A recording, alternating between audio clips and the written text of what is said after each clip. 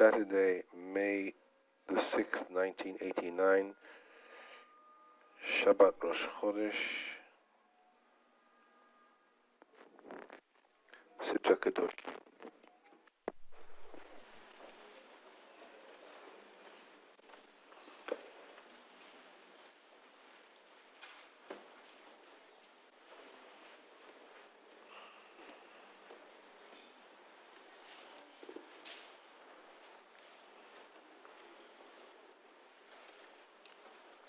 In the Chumashim on page 497, the book of Leviticus, chapter 19, verse 1.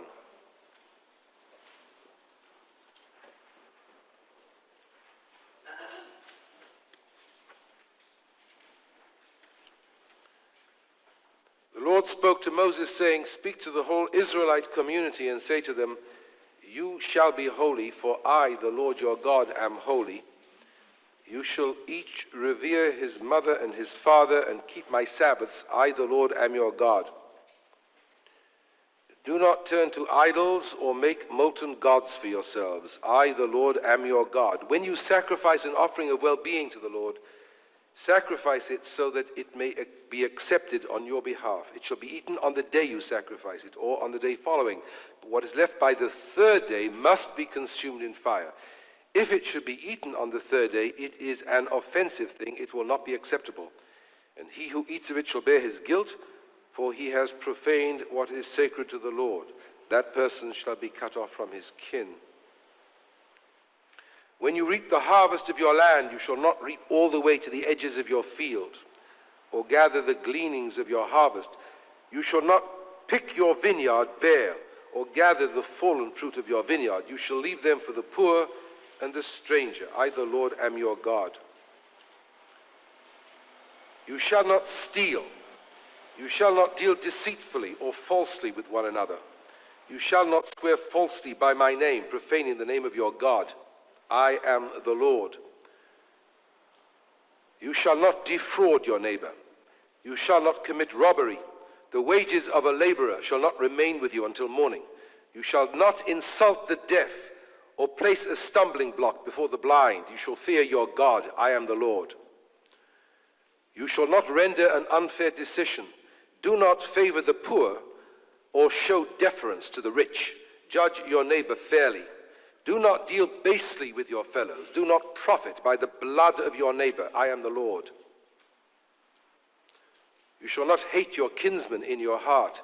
Reprove your neighbor, but incur no guilt because of him. You shall not take vengeance or bear a grudge against your kinsfolk. Love your neighbor as yourself. I am the Lord. You shall observe my laws. You shall not let your cattle mate with a different kind. You shall not sow your field with two kinds of seed. You shall not put on cloths from a mixture of two kinds of material. If a man has carnal relations with a woman who is a slave and has been designated for another man, but has not been redeemed or given her freedom, there shall be an indemnity. But they shall not, however, be put to death, since she has not been freed. But he must bring to the entrance of the tent of meeting as his guilt offering to the Lord a ram of guilt offering. With the ram of guilt offering, the priest shall make expiation for him before the Lord for the sin that he committed, and the sin that he committed will be forgiven him. When you enter the land and plant any tree for food, you shall regard its fruit as forbidden. 3 years it shall be forbidden for you, not to be eaten. In the 4th year, all its fruit shall be set aside for jubilation before the Lord. And only in the 5th year may you use its fruit, that its yield to you may be increased. I, the Lord, am your God. You shall not eat anything with its blood. You shall not practice divination or soothsaying. You shall not round off the side growth on your head or destroy the side growth of your beard. You shall not make gashes in your flesh for the dead or incise any marks on yourselves. I am the Lord. Do not degrade your daughter and make her a harlot, lest the land fall into harlotry and the land be filled with depravity. You shall keep my Sabbaths and venerate my sanctuary. I am the Lord. Do not turn to ghosts. Do not inquire of familiar spirits to be defiled by them. I, the Lord, am your God. You shall rise before the aged and show deference to the old. You shall fear your God. I am the Lord. And the second reading in the Chumashim on page 695. page 695 in the Chumashim, Numbers chapter 28, verse 9. On the Sabbath day, page 695 in the Chumashim, on the Sabbath day 2 yearling lambs without blemish, together with 2/10 of a measure of choice flour with oil mixed in as a meal offering and with a proper libation, a burnt offering for every Sabbath, in addition to the regular burnt offering and its libation. On your new moons, you shall present a burnt offering to the Lord, 2 bulls of the herd, 1 ram, and 7 yearling lambs without blemish. As meal offering for each bull, 3/10 of a measure of choice flour with oil mixed in. As meal offering for each ram, 2/10 of a measure of choice flour with oil mixed in. As meal offering for each lamb, 1/10 of a measure of fine flour with oil mixed in. Such shall be the burnt offering of pleasing odor, an offering by fire to the Lord. Their libation shall be 1/2 a hin of wine for a bull, 1/3 of a hin for a ram, and 1/4 of a hin for a lamb. This shall be the monthly burnt offering for each new moon of the year. And there shall be 1 goat as a sin offering to the Lord, to be offered in addition to the regular burnt offering and its libation. And in the Chumashim, the 3rd reading on page 944. In the Chumashim on page 944, Isaiah chapter 66, page 944 in the Chumashim. Thus said the Lord,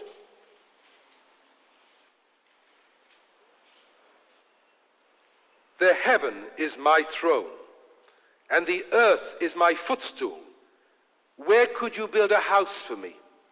What place would serve as my abode? All this was made by my hand, and thus it all came into being, declares the Lord. Yet to such a one I look, to the poor and broken-hearted, who is concerned about my word. As for those who slaughter oxen and slay humans, who sacrifice sheep and immolate dogs, who present as oblation the blood of swine, who offer incense and worship false gods, just as they have chosen their ways and take pleasure in their abominations, so will I choose to mock them, to bring on them the very thing they dread. For I called, and none responded. I spoke, and none paid heed. They did what I hold evil, and chose what I do not want. Hear the word of the Lord, you who are concerned about his word. Your kinsmen who hate you, who spurn you because of me, are saying, let the Lord manifest his presence, so that we may look upon your joy.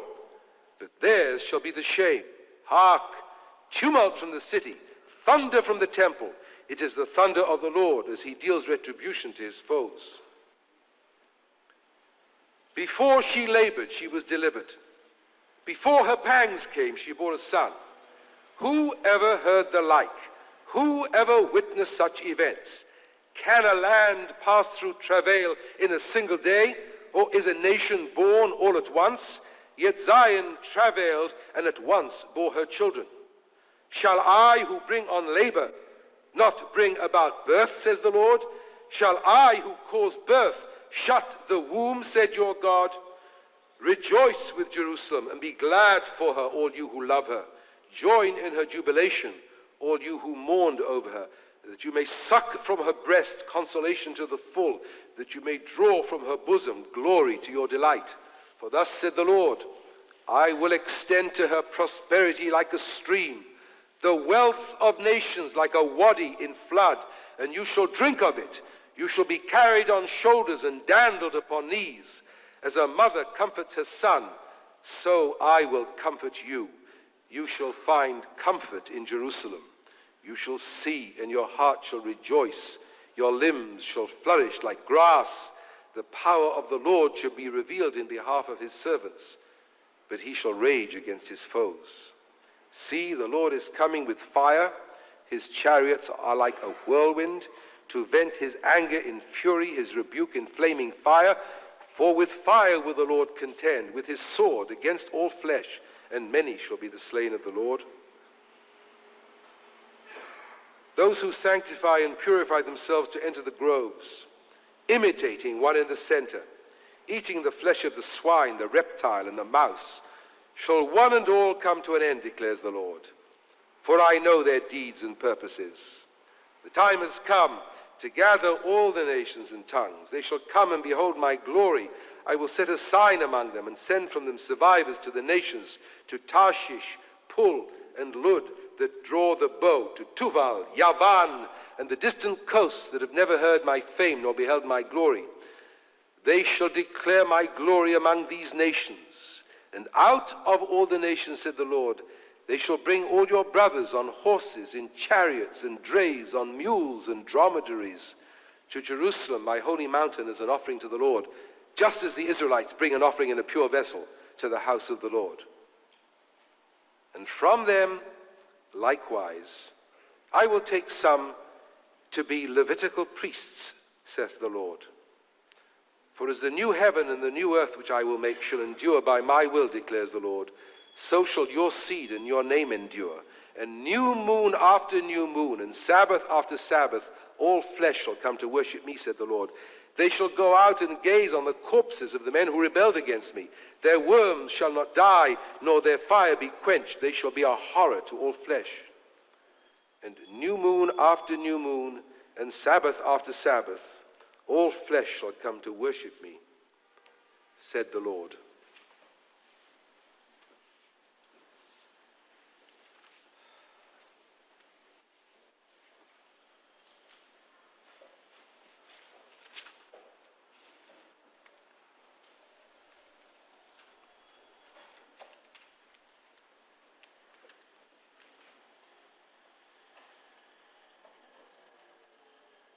Recha?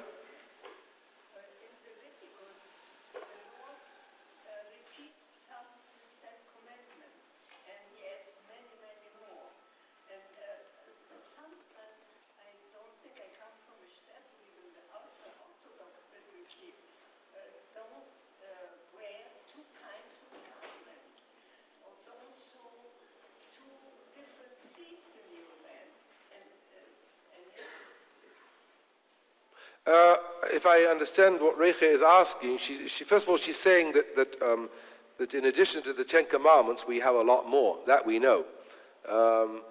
She's also saying that even the Orthodox Jews don't keep these laws. Is that what you're saying? You don't think so? Well, you're wrong. What can I say? The example that Recha gives is the law of sha'atnez, the law of wearing linen and wool together. I would suggest, Recha, that this is a very going concern, business-wise, in large segments of New York State, not to mention other parts of the world. That is to say, any Orthodox Jew worthy of the name wears kosher cloth. It's very, very simple. Well, I can even go back to my youth in England when there was a famous manufacturer of clothes called Montague Burton. Hands up all those who ever heard of Montague Burton. Thank you, Kay. They don't know about these things. Montague Burton was from an Orthodox Jewish home. He happened to, like Simon Marks and Spencer, another household name, two of Jewish companies that really turned Anglo-English business upside down. I mean, they were the pace setters for the new look in business. You could go to any outlet of Montague Burton from Brighton to the Hebrides and ask for kosher cloth, and the people in the shop would know what you were talking about. You could do it even in Inverness. That is to say, out of respect to his family background, Montague Burton decreed that those who wished to have kosher suits could buy kosher suits. And I believe it is still true in Montague Burton shops in England to this day. Go to any tailor in Brooklyn and ask for kosher cloth. They'll know what you're talking about. What I thought you were going to say, Recha, but I'm going to say it since you didn't, is why shouldn't you wear wool and linen? And this question I put to the congregation. Why should our ancestors have been obsessed with mixing linen and wool in your clothes? The fact that this is something that Orthodox Jews keep is no problem. As a matter of fact, next time you see a chassid on a train, ask him if he's wearing kosher cloth. But stand back, because he may punch you. I mean, of course he is.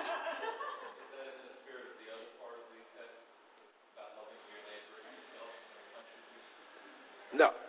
I mean, the punch is just an extrapolation on my part. I mean, I don't know how an Orthodox Jew would react if somebody asked him whether he was kosher. It might be just as meaningful if you saw him eating a sandwich and said, is there ham in there? I mean, for wearing kosher cloth is just as important as any other mitzvah, and I wanted to explain that to Seth. Hey, but just a moment, wait a minute, I'm sorry. Ricky, and then Seth. And then, is it Adam? Ricky? Well, what interested me in this is the first reading seemed to be about whether we can understand what the criteria was about living ethically. But here they filed against divination and magic. And the second part, with all of the sacrifices, magic.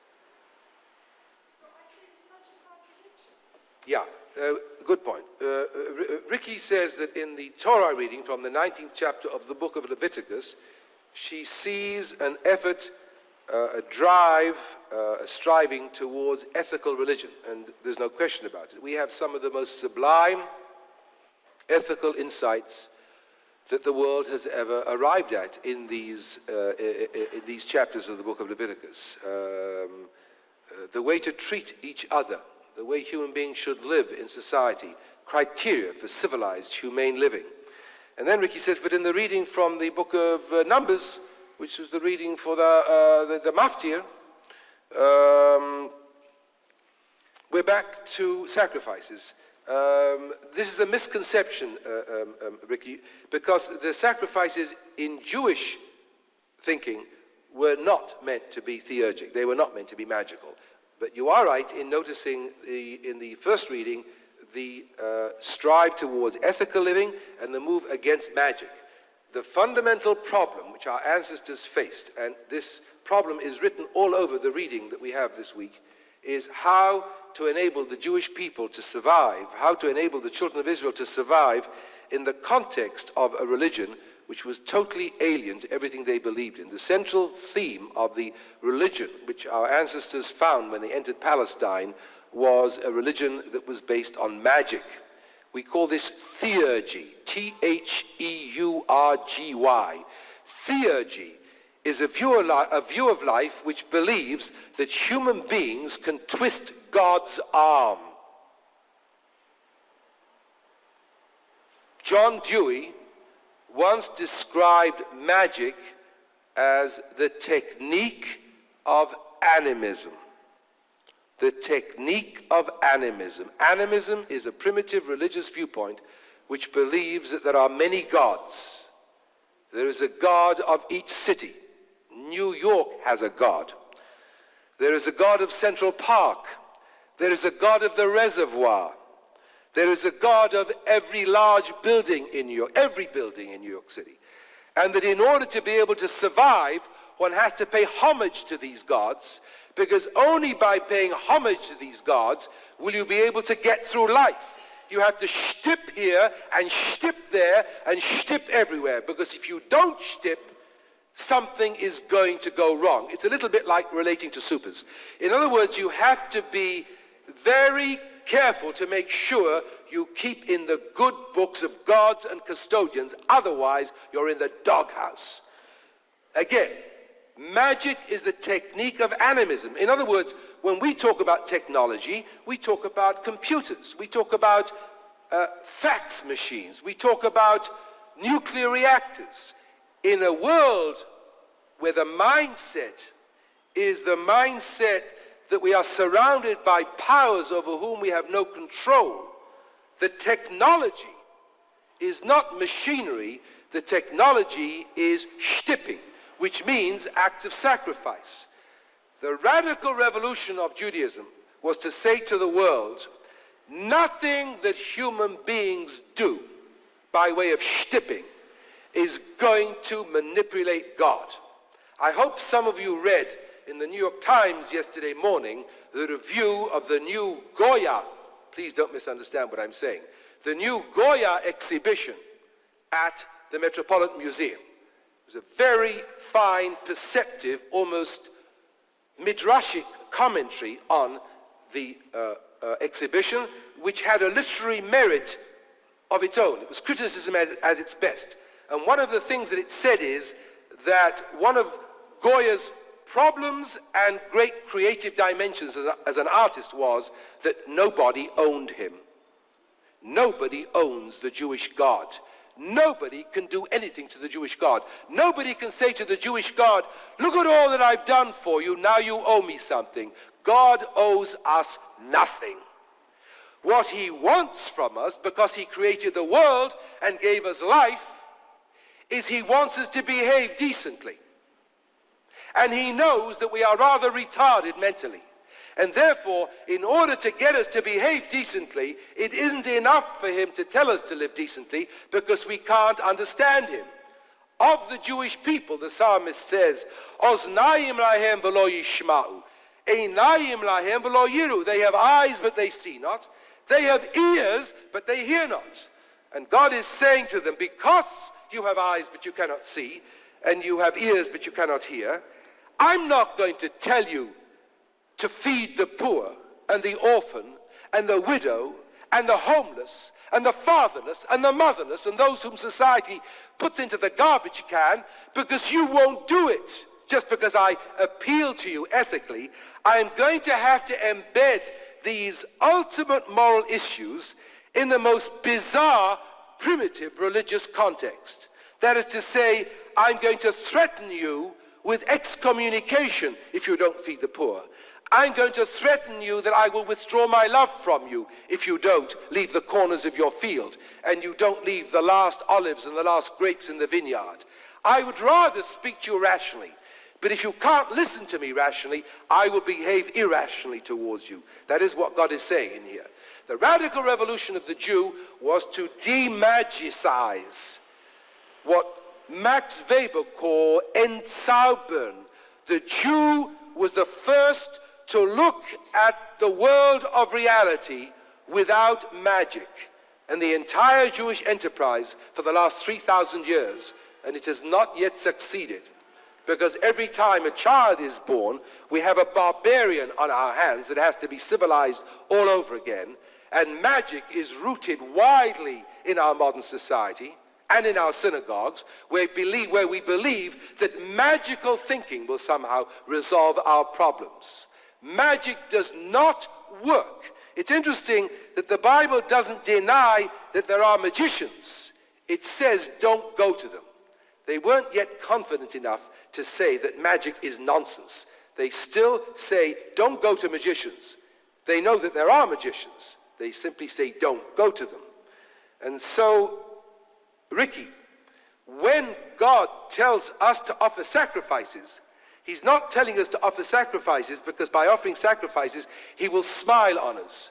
The sacrifices are simply mechanisms whereby a people that is living surrounded by pagans can at least have something tangible by way of ritual to hold on to. In other words, you couldn't get the Jewish people to go cold turkey.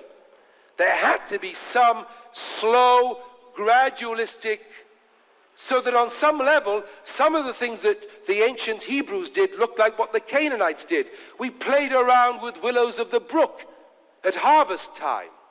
But what we were doing was not attempting to influence God. We were affirming God's creativity. And so what looks like magic in Jewish religion, what looks like ritual, which has a magical motivation in Jewish religion, is not intended to be magical. The ritual is there because God asks us to do it. We will get nothing from doing it. He asks us to do it. What God will do for us is only if we will act ethically, and that is the fundamental thrust of that chapter. Adam.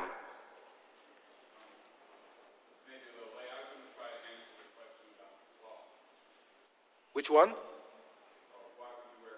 Oh, please, let's get back to that one. Why should we not mix linen wool?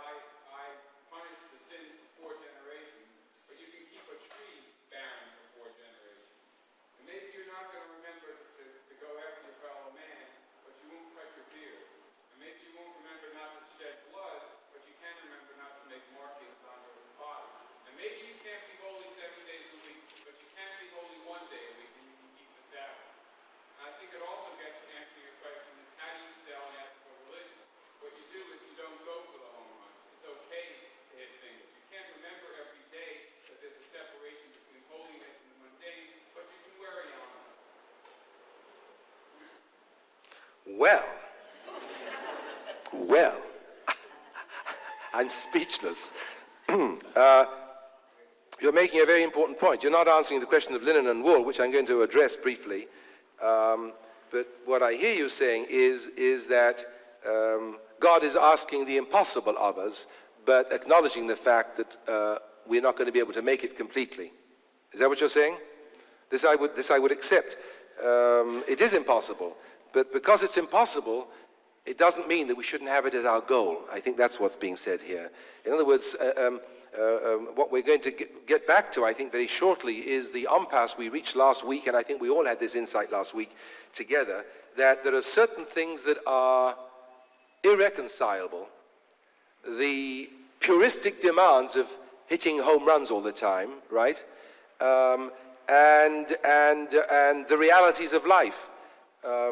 You read this chapter as saying, I'm making allowances. I don't read that chapter as saying this. I see both demands.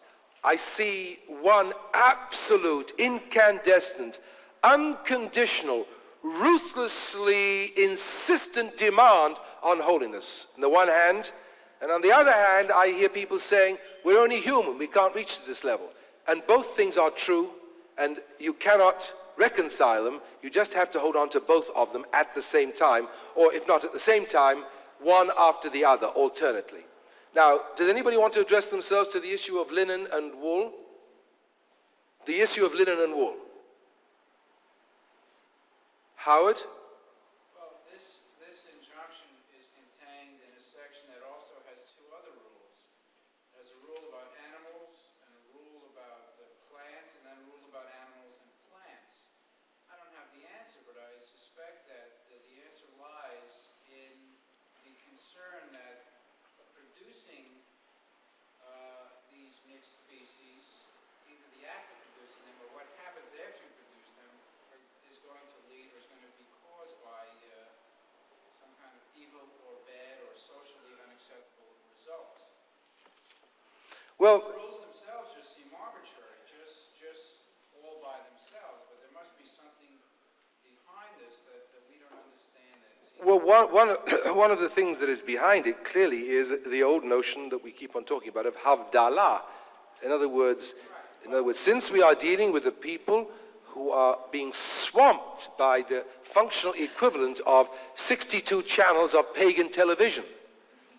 That's basically what they're talking about. How do you maintain a sense of Jewish identity when from every street corner paganism is blaring at you? How do you raise children to have a sense of Jewish tradition where all our values are being corroded by a pagan civilization? And the answer is that you have to make Havdalah, separation. But why did they choose these things and not other things? The pagans have sexual union, so why did they forbid men from living together with women? Only men could live with men and women could live with women. That would be as rational a rule. No, because the central thrust of the Jewish religion has always been based on the nuclear and the extended family. Be fruitful and multiply is the first commandment, and therefore it would be ludicrous to separate men and women. What is separated is the union of man and woman in marriage from all other kinds of alternative lifestyles, so-called. Because the ancients intuited with a wisdom that apparently transcends our own, that unless you have a protection for the nuclear family and the extended family, you're not going to have a civilization for very long. Alternative lifestyles may be okay, but they don't provide the next generation. But this doesn't answer the question of linen and wool. Seth? Yeah, I think this is, come back to the theme I've raised before, I think this is an example of sociological demand and need at a given time when the book is being codified and turning a mundane issue into the holy. And that is, you have trade, what I've read is that there was a ferocious battle in those days between the ranchers and the farmers, not that dissimilar from what we see in the American West. And this was a way of keeping each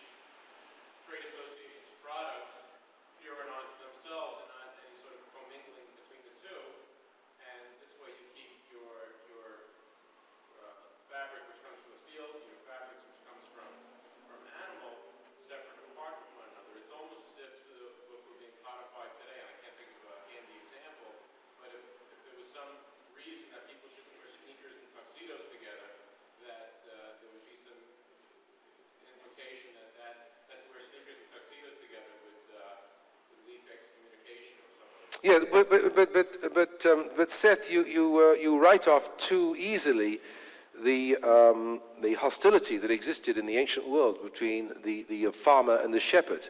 This was a very deep-seated opposition in the ancient Near East. And in fact, in the story of Cain and Abel, we have another version of Sha'anez, which is Cain and Abel is the mythical or legendary version of the issue of Sha'anez.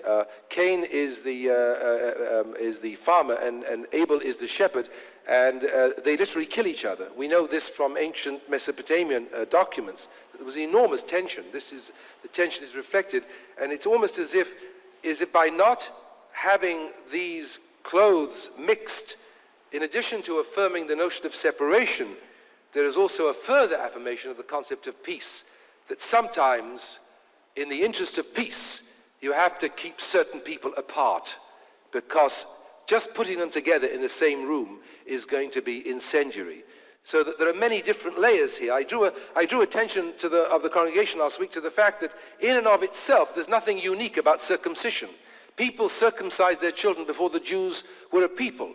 And people circumcise their children today. There's not that much difference in terms of the actual surgical procedure, except that the Jewish surgical procedure happens to be traditional.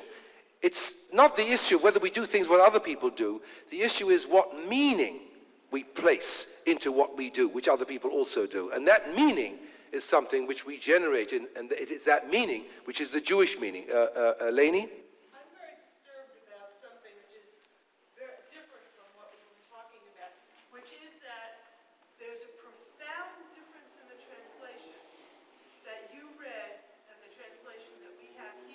Which chapter, which verse?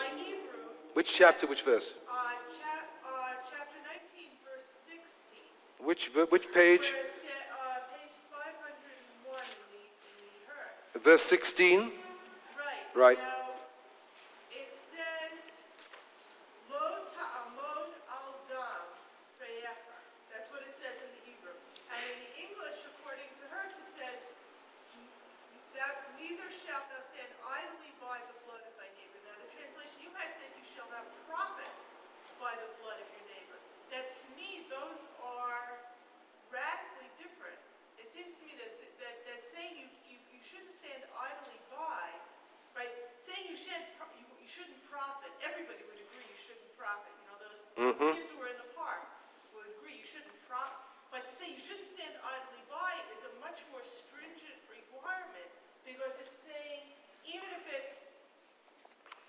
you don't stand to profit or loss, you know, in other words, even if you're not involved, you're still not allowed. You're involved simply by the fact that it's happening, not the sort of thing like you say, well, I'm not going to profit by it. What you're saying is that your translation seems to suggest you've got to mix in, you've got to get in there, you can't just stand by. Yeah. Right, and there it says, you shall not profit by, which seems to me to be Diminishing, yes, diminishing the concept. Did you all hear what Lainey was saying? She was saying that translating it, "Do not profit by the blood of your neighbor," is a lesser stringent moral injunction than not to stand by. In other words, if somebody's shedding your neighbor's blood, it's not enough that you're not making a profit. You should go in there and get active. What is your name? Daniel?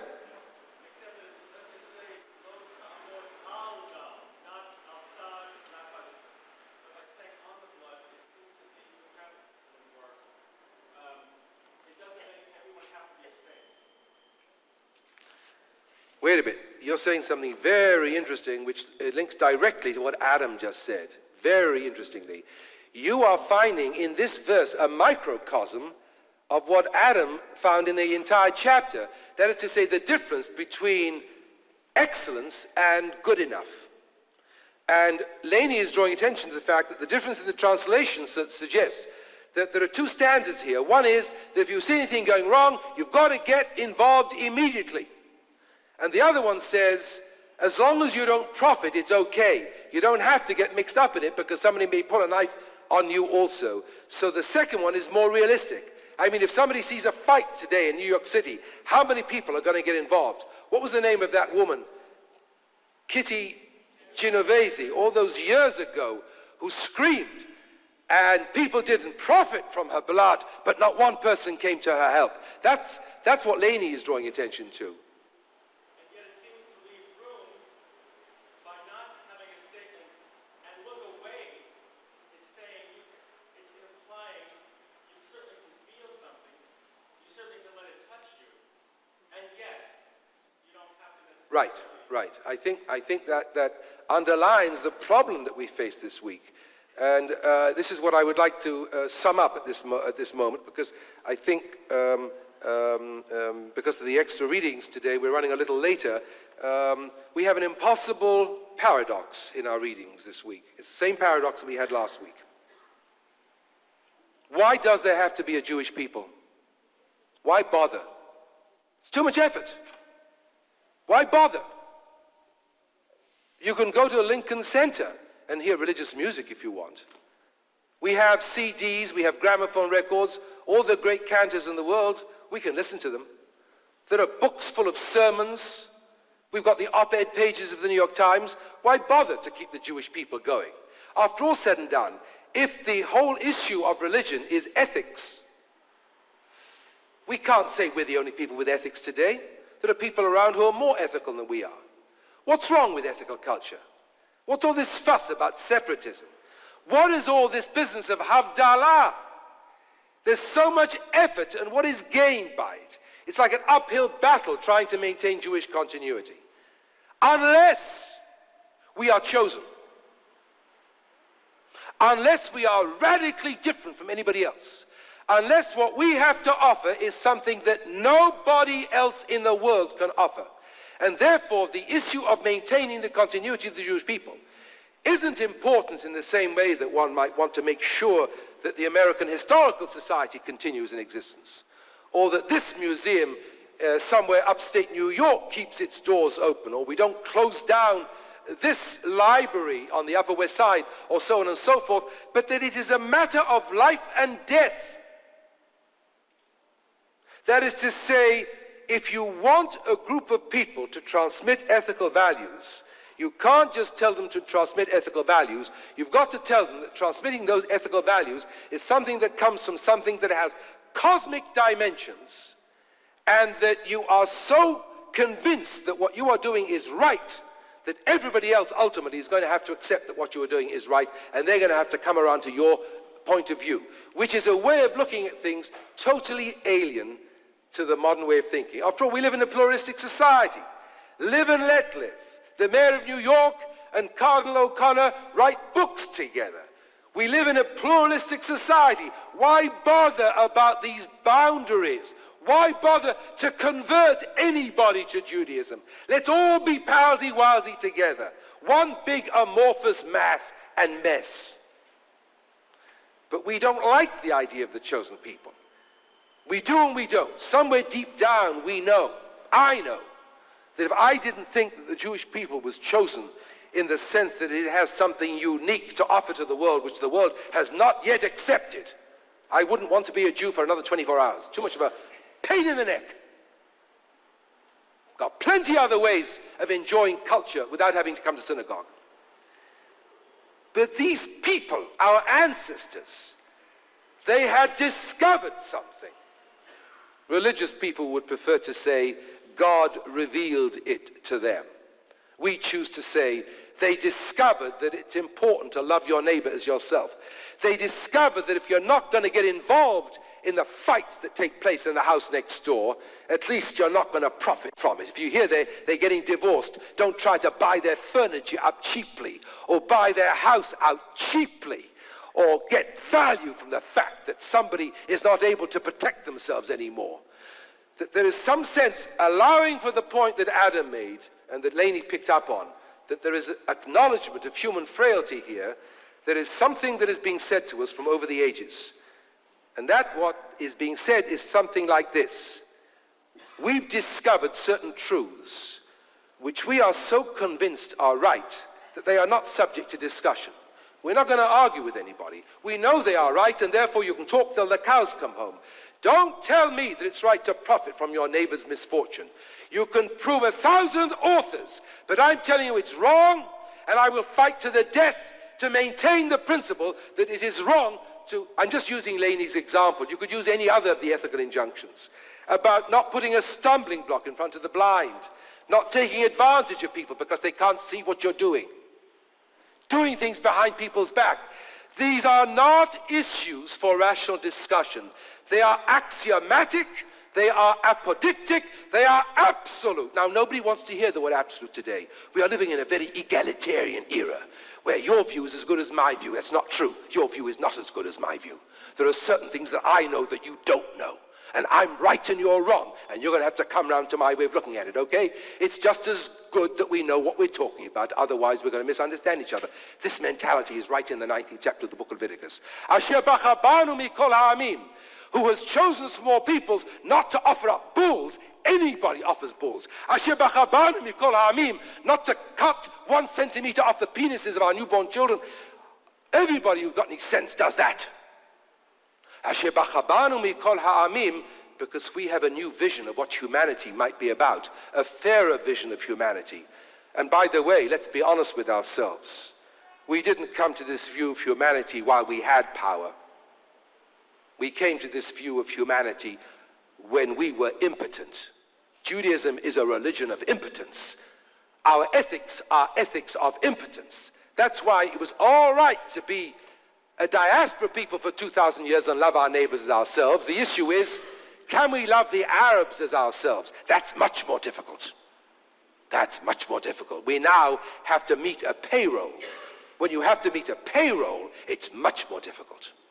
The greatest challenge to Judaism ever to have been put to Judaism is the issue right now is whether and how we can apply V'yahavta l'reacha kamocha in Eretz Yisrael, and whether the point that Laney and Adam made about accepting the reality that we can't be 100%, but we have to try to be as much as we can, where do we draw the line?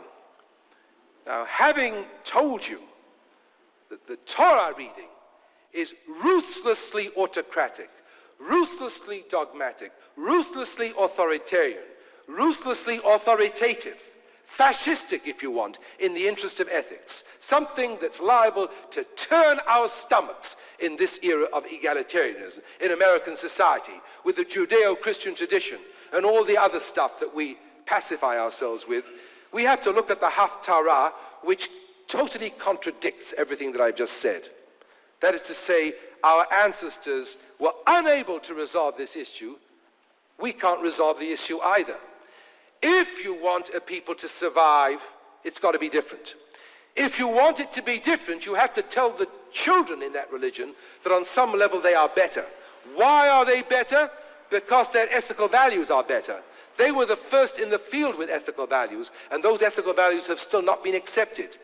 But at the same time as teaching these children that we are chosen, that we are better, that our values are better, that our family life is better, until we began to get egalitarian in the last 50 to 75 years under the auspices of benighted and misled people who did not understand Jewish tradition and its great wisdom.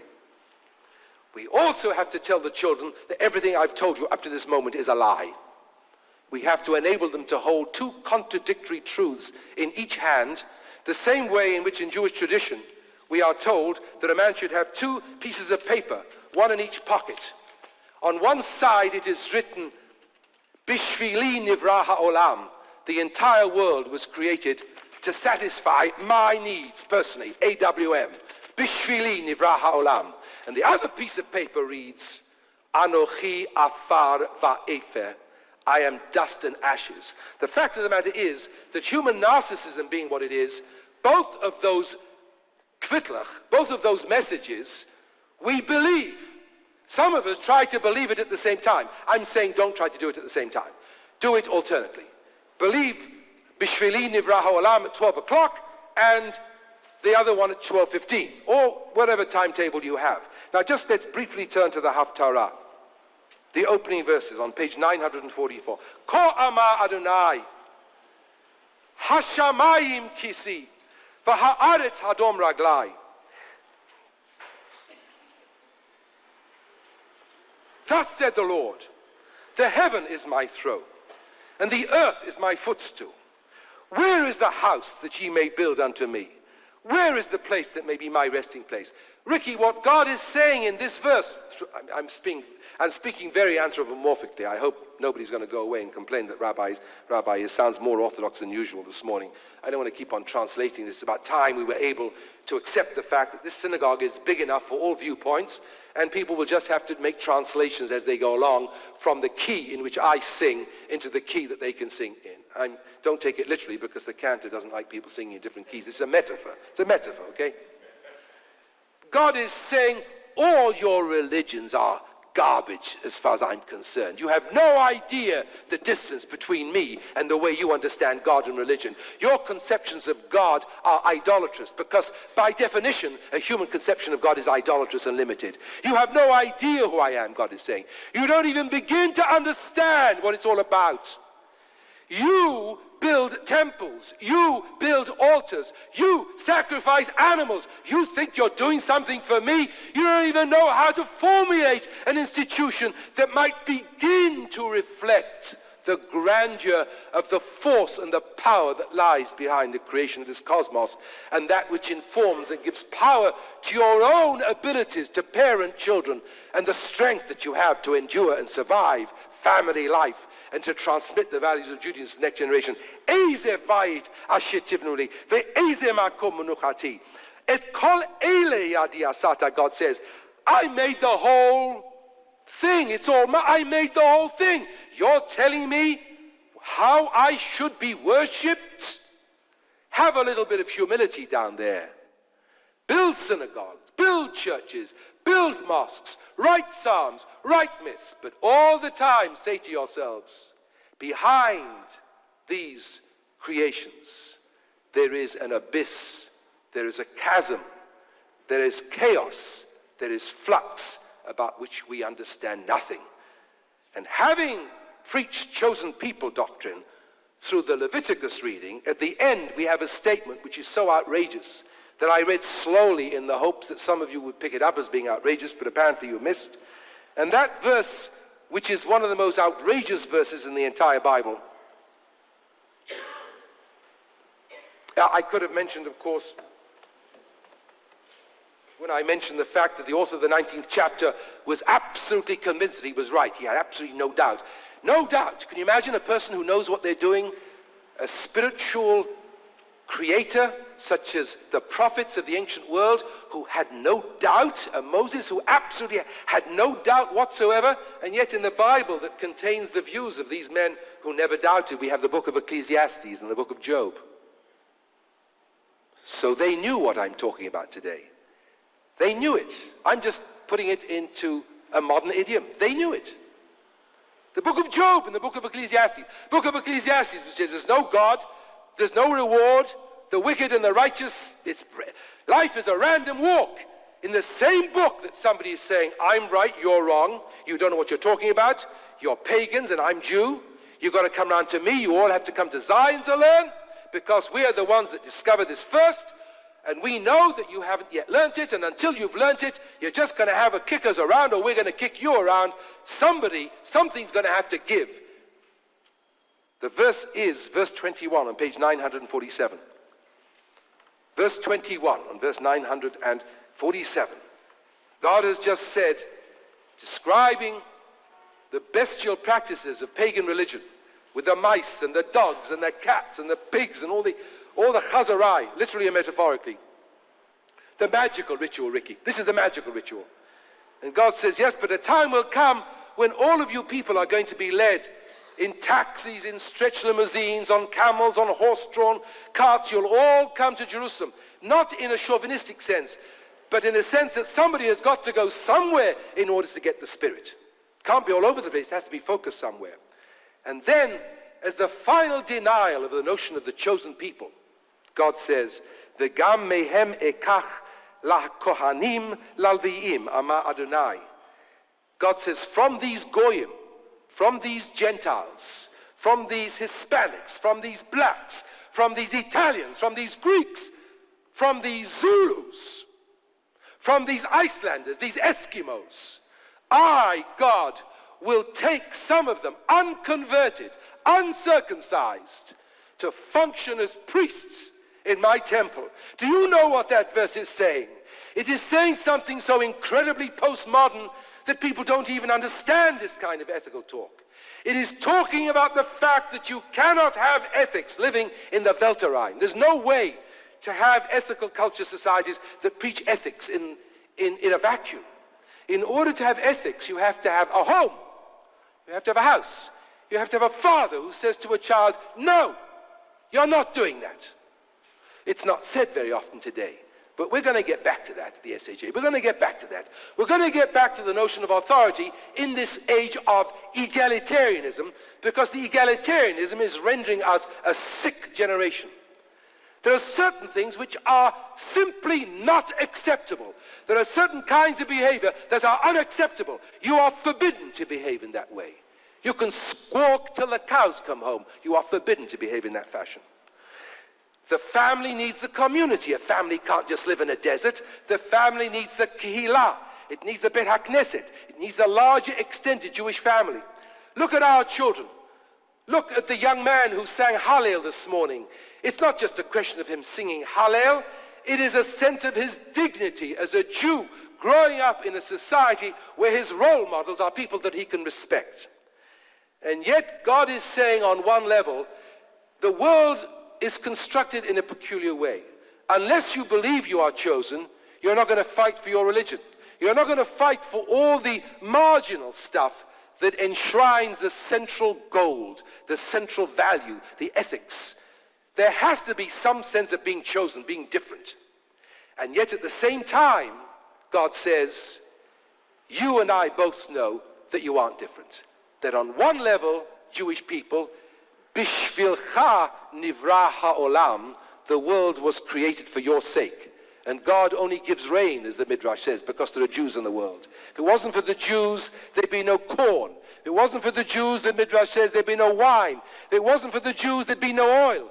If it wasn't for the Jews, there'd be no money. Everything the Jews bring about. Without the Jews, there'd be no rain.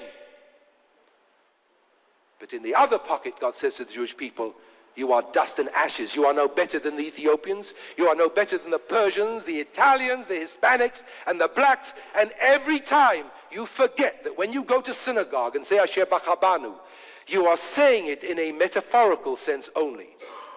Although you oscillate between a literal and metaphorical meaning.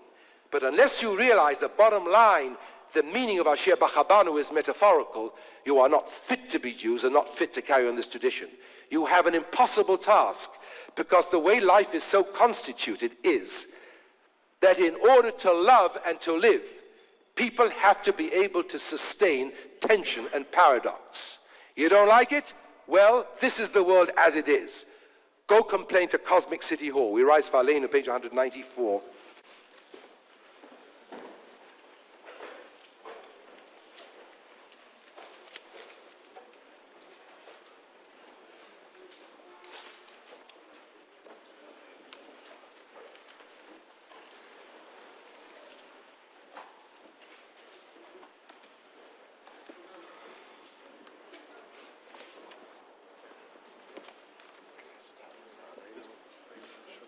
Alinu l'shabeach ladon hakol. Latei